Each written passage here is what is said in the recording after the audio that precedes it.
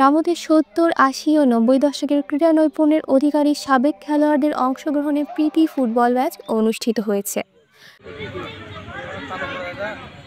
শুক্রবার ২৯শে নভেম্বর বিকালে রামু খিজারি সরকারি উচ্চ বিদ্যালয় মাঠে অনুষ্ঠিত প্রীতি ফুটবল ম্যাচে যুব চ্যাম্পিয়ন হয়েছে সুবীর বড়ুয়া বুলু ফুটবল দল ও বিমল বড়ুয়া ফুটবল দল।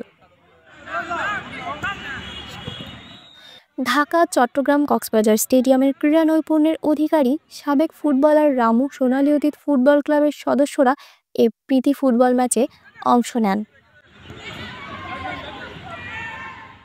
রামু সোনালী অতীত ফুটবল ক্লাবের আয়োজনে অনুষ্ঠিত এই প্রীতি ফুটবল ম্যাচ উদ্বোধন করেন বাংলাদেশ ফুটবল ফেডারেশন বাফুফের পরপর 4 বার নির্বাচিত সদস্য বিজন বড়ুয়া।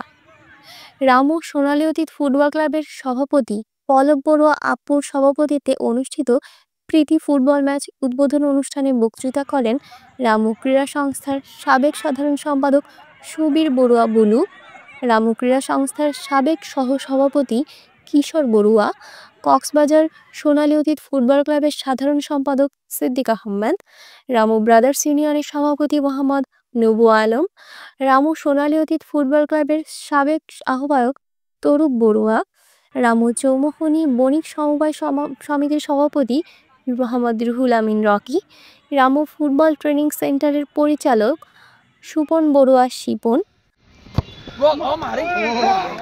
অনুষ্ঠানে সঞ্চালনা করেন রামু সোনালী অতীত ফুটবল ক্লাবের সাধারণ সম্পাদক মোহাম্মদ শহীদুল্লাহ খালেদ। শুক্রবার বিকালে রামু খিজারি সরকারি উচ্চ বিদ্যালয় মাঠে সাবেক খেলোয়াড়দের প্রচেষ্টা ও শারীরিক কসরত ফুটবল প্রেমী দর্শকদের আনন্দ দিলেও নির্ধারিত সময়ে প্রীতি ফুটবল ম্যাচ ১-১ গোলে ড্র হয়। খেলার রেফারি কক্সবাজার সোনালী অতীত ফুটবল ক্লাবের সাধারণ সম্পাদক সিদ্দিক আহমদ ট্রাইবেকারের ফলাফল নিষ্পত্তি করার সিদ্ধান্ত নেন। ট্রাইবেকারে উভয় দল 7টি করে গোল করলে খেলা আবারও ড্র হয়।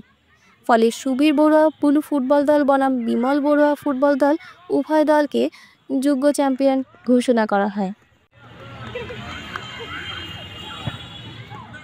নিউজ ডেস্ক, রামু খবর 24।